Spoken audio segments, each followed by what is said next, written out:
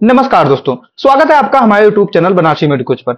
अगर आप भी नीट 2025 के लास्ट के दिनों में पैनिक फील कर रहे हो, टेंशन में हो और लग रहा है कि पढ़ाई नहीं हो पा रही, तो ये वीडियो सिर्फ आपके लिए है। भाई याद रखना, लास्ट के दिनों में जितना काम रहोगे, दिमाग को जितना शांत रखोगे, उतना अच्छा आउटपुट होगा।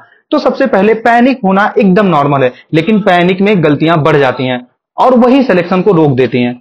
तुम्हारा सिलेक्शन नहीं होने का कारण ये नहीं है कि तुमने कम पढ़ा है, कारण ये है कि तुम पेपर में छोटी छोटी गलतियां कर देते हो, आते हुए क्वेश्चन गलत कर देते हो। अब इसे ठीक करने के लिए मैं आपको बताता हूं कि क्या करना है।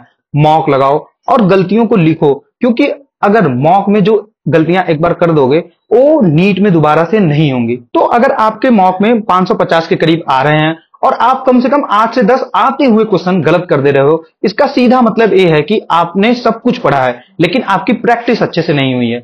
इसको सही करने के लिए इन 7 दिनों में कम से कम 3 मॉक पेपर लगाओ, 2 से 5 के बीच में, टाइम बाउंडेड मैनर में। और हाँ, माइंडसेट ये रखो कि यही मेरा नीट का एग्जाम है।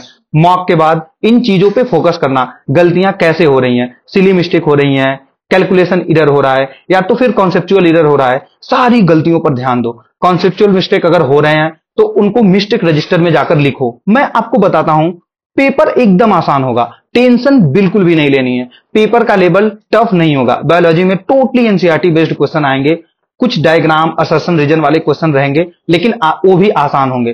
फिजिक्स में 3 से 5 टफ क्वेश्चन आ सकते हैं, बाकी सब आसान होगा। और केमिस्ट्री में डायरेक्ट कॉन्सेप्चुअल क्वेश्चन आएंगे जो आप एकदम आसानी से कर सकते हैं। असर्शन रीजन क्वेश्चन भी कुछ केमिस्ट्री में आ सकते हैं, उसे भी आप आसानी से कर सकते हैं।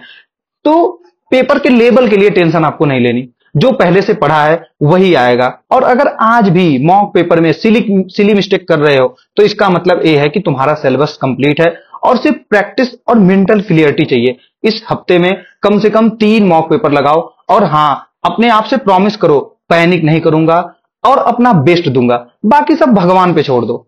तो दोस्तों, बस अपने आप पर भरोसा रखो, आखिरी के दिनों में काम माइंड के साथ मॉक प्रैक्टिस करते रहो, पेपर आसान आएगा। और हाँ, अगर गलतियां नहीं करोगे तो सिलेक्शन पक्का।